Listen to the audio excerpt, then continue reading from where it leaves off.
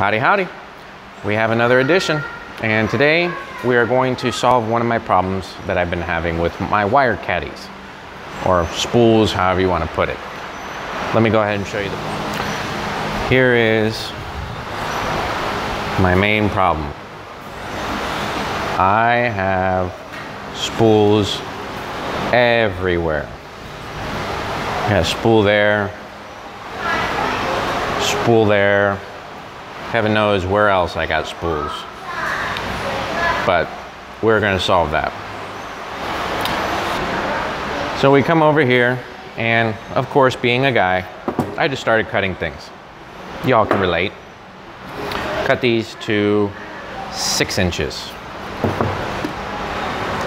Thought that would be enough. And what we have is some overhang, so fail. So we take these pieces out. I cut some to 8 inches, and I already drilled my 3/4 inch hole.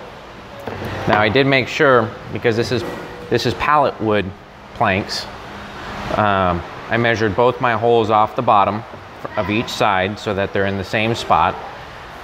And then I drilled it. Oh, there's my little girl. That's Abigail. And I drilled it using a 3/4 inch Forstner on a drill press. And I have the speed set relatively slow. Cuts beautiful, not a problem. So I prefer it going slow, just because if it does catch, I get a little baby bump instead of a good screaming. So I try to keep it to where the less blood, the better. So the idea of this is we're gonna get these, put those through there, put a copper tube, pipe, however you want to describe it, through there, and then I'm going to fasten a piece on the front. Now, I did do some reading, and my Diablo blade should be sufficient for the copper tube. Now, I haven't done it before, I've seen it, so I'm going to go ahead and chop it up, see how it goes, and we'll go on to the next step. Okay, so we got that cut to 7 inches. And just so you know, if you've never done copper tubing on that, I'm glad I was wearing my eye protection, because it was bouncing everywhere. So I am going to go ahead and we're going to glue this up. I'm going to put some brads in the back and put the piece on the front, and I'll check back in with you. We are back, and I'll apologize now for going in and out of landscape, but we got the copper tube cut to 7 inches. I got the front piece done. I've got it glued up and at least nailed together right there, or pinned in that together.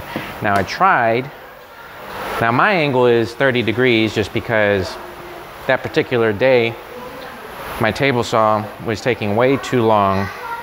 It was stiff to get the degree from 90 to 30, or to 45, so I stopped at 30. Now, I already tested it out because I knew I might need to pull this off and fix it, but it does work.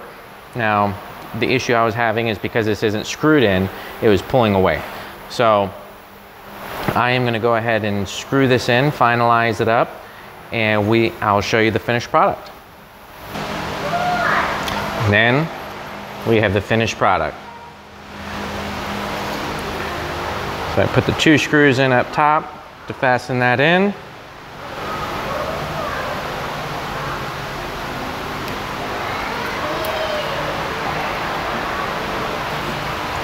Wunderbar. Wonderful. Works just like I wanted it to. Go ahead, lift it up, move it to another spot, take it with me, put it back down. It's got a little bit of weight. You know, I should have made these at 45, which is something that I'll have to change in the near future on any of the new ones that I do. And that would probably give it a little bit better holding power. But you know, thought I'd throw this together. A little bit harder than I thought. Probably like a 2 or 3, but not a 5 or 10 minute, I could tell you that. So there it is. Now I just got to make like 10 of them. You guys have a good day. And the tools needed for this project and parts, we had some 1 1/4 inch screws, square, sliding square. Had my, let's see here, I think a 16 or 18 gauge brad nailer, just generic, nothing special. I had my larger Porter cable finish nailer, impact driver, some glue that I forgot to put the cap on, tape measure, hammer, well, hammer when you want to beat something, chop saw, and drill press. And for the French cleat, I used the table saw over there. And that is it.